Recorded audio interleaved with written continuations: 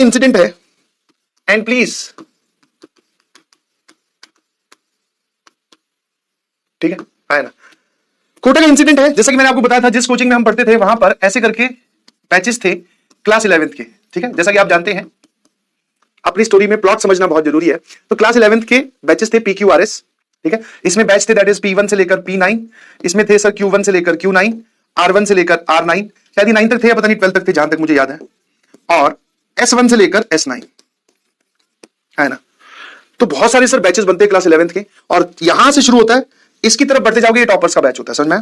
S9 से बढ़िया batch, S8 से बढ़िया बैच, मतलब टेस्ट के बेसिस पे शफलिंग होती है। तो अपनी एंट्री जो है वो R8 में हुई थी, ठीक है।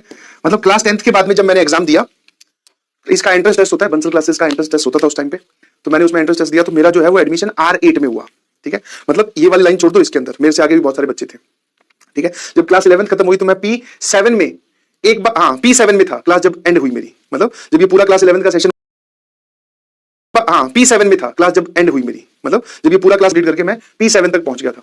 समझ में आया नहीं समझ में? तो हम लोग R8 में थे। तो जैसे कुछ दोस्त बन जाते हैं आपके यहाँ पे, हर महीने में या हर 2 महीने में आपके बैचेस चेंज हो रहे हैं, तो एक बार उस बैच के आपके कुछ दोस्त बन गए। तो मैं और मेरा दोस्त था विकास, हम दोनों लोग एक शफलिंग में सिर्फ आगे पीछे हुए थे। मैं चला गया था Q2 में और वो चला गया था Q6 में, ऐसे कुछ था। तो हम बाकी सब जगह सेम ही गए थे, मतलब वो भी मेरे साथ ही साथ, मतलब उसके भी नंबर उतने आ रहे थे जितने मेरे आते, मतलब आप पैरेलल बोल सकते हो। तो हम पहुंचे Q2 में, ठीक है ना। Q2 में पहुंचे, दूसरी या तीसरी शफलिंग, 3 शफलिंग होती है, 4 शफलिंग होती थी, मुझे एग्जैक्ट आइडिया नहीं है, बट हाँ इसके बाद में एक शफलिंग और हुई थी मैथ के टेस्ट के बेसिस पे, जिसमें मैं P7 पे पहुंच गया था। बंसल सर का फेवरेट हुआ करता था उस टाइम पे कि वो बाकी सारे टेस्ट तो काउंट करते ही करते थे, एक साल में वो PNC का अकेला टेस्ट लेते थे जिसके बेसिस पे शफलिंग होती थी। ऑनर थे और उनकी बात कौन टाल सकता है। तो जैसे सिर्फ मैथ्स का टाल सकता है, तो जैसे सिर्फ मैथ्स का और PNC का टेस्ट हुआ, तो उसके बेसिस पे अपने मारी छलांग और सीधा मैं P7 में पहुंच गया। बट उससे पहले जहां पर केमिस्ट्री के भी मार्क्स जुड़ रहे थे, तो मैं इतना आगे नहीं बढ़ पा रहा था, बिकॉज क्यूमुलेटिव स्कोर इतना अच्छा नहीं आ रहा था, तो मैं Q2 में पहुंच गया, ठीक है ना। तो मेरे साथ विकास भी था, मैं और विकास दोनों Q2 में पहुंचे थे, सॉरी विकास था Q6 में जब मैं Q2 में पहुंचा, ठीक है। हाँ P7 में दोनों एक साथ पहुंचे थे। तो होता क्या था, अब दोस्ती क्या है बीच में यार, 1-1.5 महीने किसी और बैच में रहना पड़ा, और उसी के साथ में PG भी शेयर कर रहा हूं, मतलब मेरी PG, तो ऐसे अजीब सा लगता था कई बार। तो हम लोग क्या है उसमें, जैसे ही आप एंट्री करोगे मतलब कोचिंग के अंदर जाओगे, तो वहां पर ऐसे एक डेस्क रखा होता था, और उसके अंदर कार्टन के अंदर DPPs पड़ी होती थी। आप यहां से लाइन बना के आइए, मतलब आप क्लास में जा रहे हो, आपकी जो DPP है वो आप उठा लीजिए और आगे बढ़िए, ठीक है। एक एक DPP लेके जाओ। यहां पर जो है वो आपके इन्विजिलेटर बोल दो या फिर गार्ड भैया बोल दो, वो खड़े रहते थे कि एक बच्चा ज्यादा DPP ना ले जाए। तो हम लोग ऐसे DPP लेके अपनी अपनी, तो मैं और विकास यहां तक साथ जाते थे। Q2 में मैं चला गया, फिर वो Q6 में वो चला गया, है ना। तो ध्यान सुनना, तो DPP लेके हम चले गए। उसके बाद में क्या होता है, ये DPP जैसे मान लो बहुत सारे बच्चे ऐसे भी है जो एब्सेंट रहते हैं या फिर जो नहीं आते कोचिंग फीस देकर, तो कुछ DPPs बच जाती है। अब बच्चों को तो एक रहता ही है ना कि भाई एक की जगह 2 DPP मिल जाए। तो क्लास खत्म होने के बाद में ये प्रावधान होता था कि यहां जो DPP बची है वो आप ले जा सकते हो, ठीक है। और अलग अलग फ्लोर होती थी Q2 और Q6 की। तो मैंने कहा एक काम करेंगे, अब मैं जा रहा हूं अपने बैच में, तू एक काम करना अपने यहां मिलेंगे, ठीक है, इसी DPP पे। तो ये कई दिन तक ये सिलसिला चला। एक बार जब मैं, तो मैंने कहा एक काम करेंगे, अब मैं बैच में तू एक काम करना अपने यहां मिलेंगे, ठीक है, इसी DPP वाले पॉइंट पे। तो ये कई दिन तक ये सिलसिला चला। एक बार जब मैं यहां आया तो विकास खड़ा था एक लड़की के साथ। ये खतरनाक सिचुएशन, आप ध्यान सुनना, यहां से खतरनाक काम होता है। मैंने कहा एक सेकंड, गद्दारी कर बे, ये किस लड़की के साथ खड़ा है भाई, है ना। तो अब वो ये ना थोड़ा सा, आप दोनों बातें थी, एक तो था कि डिस्टर्ब करूं, फिर मैंने कहा नहीं यार एक बार जो भी बात चल रही होगी करने दो। DPP की तरफ दोनों, कार्टन की तरफ दोनों का मुंह था। मैं देख रहा हूं कि पीछे से बैग तो विकास का ही है, ये क्या चल रहा है। फिर मैं कहा कोई बात नहीं, चलो बच के जाएगा कहां, शाम को तो PG आना है, साथ में तो लेके जाऊंगा। तो मैं अपना थोड़ा पीछे खड़ा हो गया। विकास को मैंने कहा लेट हिम टॉक, आगे बढ़ने देते हैं। अंदर ही अंदर बुरा भी लग रहा था, that is a separate story. तो फिर ठीक है, उसकी बात होगी, वो लड़की इधर चलेगी, विकास वापस जैसे ही घूमा, और जो जनरली हर एक लड़के की आदत होती है, मैंने कहा भाई ये क्या सीन है, और ये क्या सीन है, और ये किस रास्ते में चला गया तू। मैंने कहा तुझे 2 महीने या 1 महीने के लिए अकेला क्या छोड़ा, तू तो 5-10 दिन में बिगड़ गया। अरे बोले कि तू वैसा जैसा समझ रहा है ना वैसा नहीं है। मैं अच्छा फिर समझा डिटेल में, अपने पास टाइम ही टाइम है, मैं चला जा, साइकिल लेने चलते हैं। साइकिल की अलग स्टैंड खड़ा होता था, मैं साइकिल मतलब साइकिल वाली पार्किंग तक जहां पे साइकिल स्टैंड होता है वहां तक चलते हैं, बता फिर साइकिल के बाद PG चलेंगे। तो बोले ऐसा नहीं है कि ये Q6 की लड़की है, पढ़ने में बहुत अच्छी है, तो ये मुझसे सिर्फ ये डिस्कस कर रही थी कि ये वाली DPP तुम्हारे लेंगे। Q6 की लड़की सिर्फ ये डिस्कस कर रही थी कि ये वाली DPP तुम्हारे पास है कि नहीं है, मेरी ये वाली DPP मिस होगी। मैं कहा अच्छा, मैं कहा डिस्कशन कुछ ज्यादा पॉजिटिव तरीके से नहीं हो रहा था, इतना प्यार से तो तूने मुझे, वही मजे लेने वाली बातें। बोले नहीं ऐसा कुछ नहीं है, तू ज्यादा सोच रहा है, कम सोच रहा है। मैंने कहा ठीक है भाई, ठीक है। वो थोड़ी देर में थोड़ा बुरा लगा मुझे भी, मैं भी सो गया, मतलब वही खाना वाना खा के जो भी होता है। फिर वापस वही, आओ डीपीपी लो, मैं Q2 ऊपर वाले फ्लोर पे, ये Q6 उसी फ्लोर पे जिस फ्लोर पे डीपीपी मिलती है। फिर अलग अलग हो गए। एक दिन मैंने फिर उसी स्पॉट पे फिर पकड़ लिया। अब की बार मुझे ज्यादा बुरा लग रहा था और मैंने कहा भाई साहब ये क्या है, पढ़ाई करने आएगी। अच्छा ये, और ये जो था विकास, ये मेरे स्कूल फ्रेंड भी था। स्कूल मतलब कि हम दोनों का होम टाउन, मैं इसके पिताजी को भी जानता था। तो अब जो है वो मैंने, भैया समझ में आया, आप किसी से बात ना कर पाओ और दोस्त आपका बात कर रहा हो तो बहुत बुरा लगता है। मैंने कहा एक सुन भाई, अब अंकल को फोन जाएगा, ध्यान रखना, और इसमें तो मैं भी नहीं बचाऊंगा। अरे बोले ऐसा कुछ नहीं है। अच्छा ठीक है, ऐसा कुछ नहीं है। मैंने ठीक है भाई कुछ नहीं है। तो अपने इधर Q2 में मस्त, और मैं देख रहा हूं मेरी दोस्ती का मतलब लेवल देखो, एक्सट्रीम लेवल।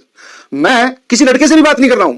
मैं मेरे नए बैच में चला गया ना, बस नॉमिनल सी, आप इतने बड़ी क्लास में बैठते हो तो बाजू वाले में कोई बैठा है, बड़ी क्लास में बैठते हो तो बाजू वाले में कोई बैठा है तो उससे थोड़ी बहुत हाय हेलो होगी, वरना इस इतने माहौल में जहां पे शफलिंग होती है वहां पे आपकी कभी दोस्ती हो नहीं सकती।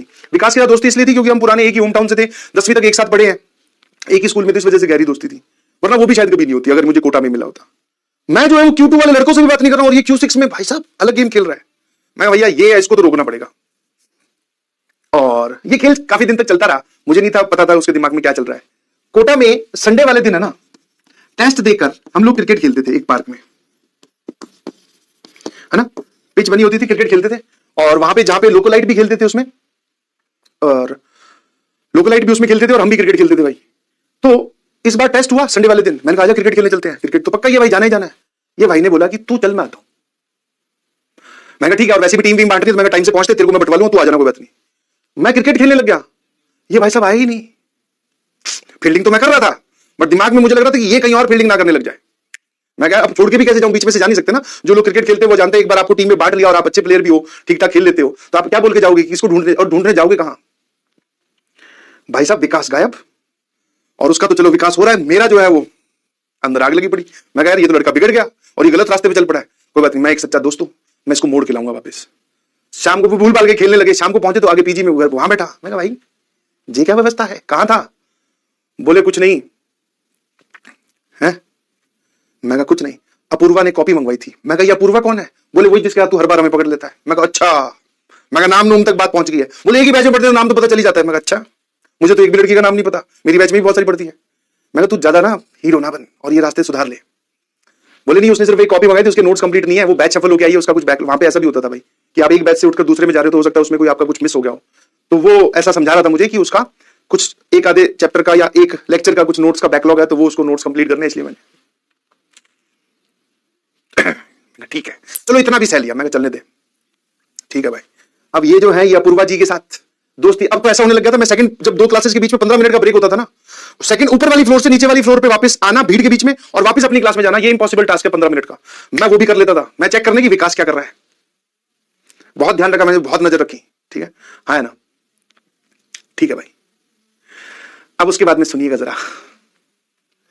मैं और विकास, कोटा में एक मॉल है, कोटा मॉल, मतलब मॉल तो नहीं है, आप कभी रेलवे स्टेशन की तरफ गए हैं, पुराने टाइम की मैं बात करता हूं, तो रेलवे स्टेशन की तरफ है ना, वहां पे दुकानें हुआ करती थी, मतलब रेलवे स्टेशन की तरफ ही दुकानें हुआ करती थी, ठीक है, रेलवे स्टेशन। और वही मतलब इस आजकल तो अगर कपड़े वपड़े लेने तो आप मॉल में जाते हो, ब्रांडेड शोरूम्स में जाते हो, तो उस टाइम पे हमें कुछ कपड़े लेने थे तो हम लोग और क्लास 11th के एंड सीजन की बात आ गई थी, मतलब क्लासेस खत्म हो गई थी और हमारे टेस्ट चल रहे थे, और उसके बाद में टेस्ट देकर, वो कोचिंग के टेस्ट देकर मुझे अपने घर जाना था, मतलब मेरे को और विकास को। जाने से पहले हम कुछ कपड़े लेने एक बार रेलवे स्टेशन घूमने गए, कपड़े लेने के लिए, फ्री दिन था। मैं और दोनों घूम रहे भाई, दुकान देख रहे हैं। मैं कहा हाँ कौन सा है देख लेते हैं, इसमें ठीक लग रहा है, ये पैसे ज्यादा ले रहा है। एक दुकान के अंदर घुसे हैं, मेरे से पहले विकास घुसा, घुसने से जिस स्पीड से वो घुसा था उसकी 5x स्पीड से वापस बाहर आ गया। मैं कहा क्या हो गया, पूरा तो घुस अंदर, जाके पूछ तो ले, शर्ट वर्ट मिल रही है कि नहीं। बोले नहीं भाई यहां से चल। मैं समझ गया जिस हिसाब से इसने नहीं भाई यहां से चल और भारी आवाज में बोला है। मैं लपड़ा तो कुछ और है। मैं अब यहां से थोड़ी जाएंगे, अब तो यहीं जाएंगे।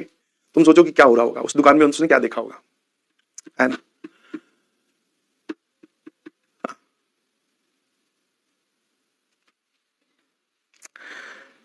मैंने कहा चल ऐसा क्या देख लिया, और मैं अपने जरूर जाएंगे अंदर, मैं हट पिचट। तो अंदर जाकर देखते हैं, वो जो अपूर्वा जी थी वो इस पार्क के हमारे साथ एक लफंडल लड़का खेलने आता था, लोकलाइट के अंदर हमारे साथ एक लफंडल लड़का खेलने आता था, लोकलाइट। हमारी एज से थोड़ा सा बड़ा, मतलब हम 12वीं में हैं तो वो पक्का कॉलेज के फाइनल ईयर 3rd ईयर में होगा, हम 11वीं में हैं तो वो कॉलेज के फाइनल 3rd ईयर में होगा, जिसके पास में उस टाइम पे करिश्मा बाइक हुआ करती थी। हमारा उसका बस उसमें एक ही चीज अच्छी लगती थी, एक तो वो खेलने आता था बनियान में, जींस विंस पहन के, जूते वूते पहन के, ऊपर काली कलर की बनियान। मैं कहा यार ये कौन सा स्टाइल है, बट येलो कलर की करिश्मा थी तो उस पर सेट भी लगता था। मैं कहा करिश्मा है यार, बड़े होके कभी करिश्मा लेंगे, है ना। हमारे साथ में एक लफंडर लड़का खेलने आता, लफंडर मतलब समझ गए आप, अपूर्वा जी उस लड़के के साथ खड़ी होकर शॉपिंग कर रही थी। विकास का जो दिल टूटा ही टूटा, उसका तो अलग ही फीलिंग थी। मेरे को उस अपूर्वा पे अलग से गुस्सा आ रहा। मैं कहा ले देकर, इससे तो बढ़िया मेरा दोस्त था यार। वो अलग बात है हमारे पास करिश्मा नहीं है, ये बेचारा घुमा नहीं सकता, बड़ा ऐसा तो नहीं है, समझ में। मैंने कहा बात कर ली जाए जाके एक बार। विकास कहता नहीं भाई चल यहां से, चल यहां से। मैं कहा नहीं एक बार चलते हैं, पूछ ही लेते हैं। मैं कहा ले देकर इधर ही, समझ में है ना। फिर कहीं पर पड़ी हुई किसी की बात, ठीक है, कि लड़कियों को जनरली ऐसे ही लड़के पसंद आते हैं। और उसका पॉजिटिव इंपैक्ट ये हुआ कि अगली बार जब हम क्लास 12th में आए स्कूल जाकर पेपर देकर, इस बार विकास जी ने जो ताबड़तोड़ पढ़ाई करी है, अब दिल टूटा हुआ आशिक है ना, मतलब जितना भी टूटा, जितना भी जुड़ा था, जो भी था। दूसरी तीसरी सफलिंग में ही हम A5 में, A4 में या A7 में पहुंच गए थे दोनों लोग। फिर 12th मेंटेन करी। हाँ वो अलग बात है कि फाइनली हमारा सिलेक्शन नहीं हुआ, विकास का भी सिलेक्शन नहीं हुआ, हम दोनों ने फिर ड्रॉप लिया। अब की बार जब ड्रॉप लिया तो विकास ने कहीं और घर ले लिया था, घर मतलब लोकेलिटी बदल दी उसने, ठीक है ना। हाँ फाइनली उसकी रैंक शायद IIT में भी एक्सटेंडेड मेरिट लिस्ट में आई थी, वो उसने भी NIT से ही फिर करी अपनी ग्रेजुएशन, बीटेक जो है उसने NIT से ही करी। But yes, this is the story that I want to share, है ना। ऑल इंडिया रैंक 1 तो नहीं आई भाई, इतना तगड़ा दिल टूटा नहीं था वो, तो अगर थोड़ा सा और जुड़ता, है ना, तो और ज्यादा भयंकर टूटता ना। वो जो सीन देखकर मुझे भी अजीब सा लगा, मैं कहा यार ये क्या है। फिर विकास जी ने उससे बात करनी बंद कर दी और मैं मनी मन खुश, यस दोस्त वापस आ गया है।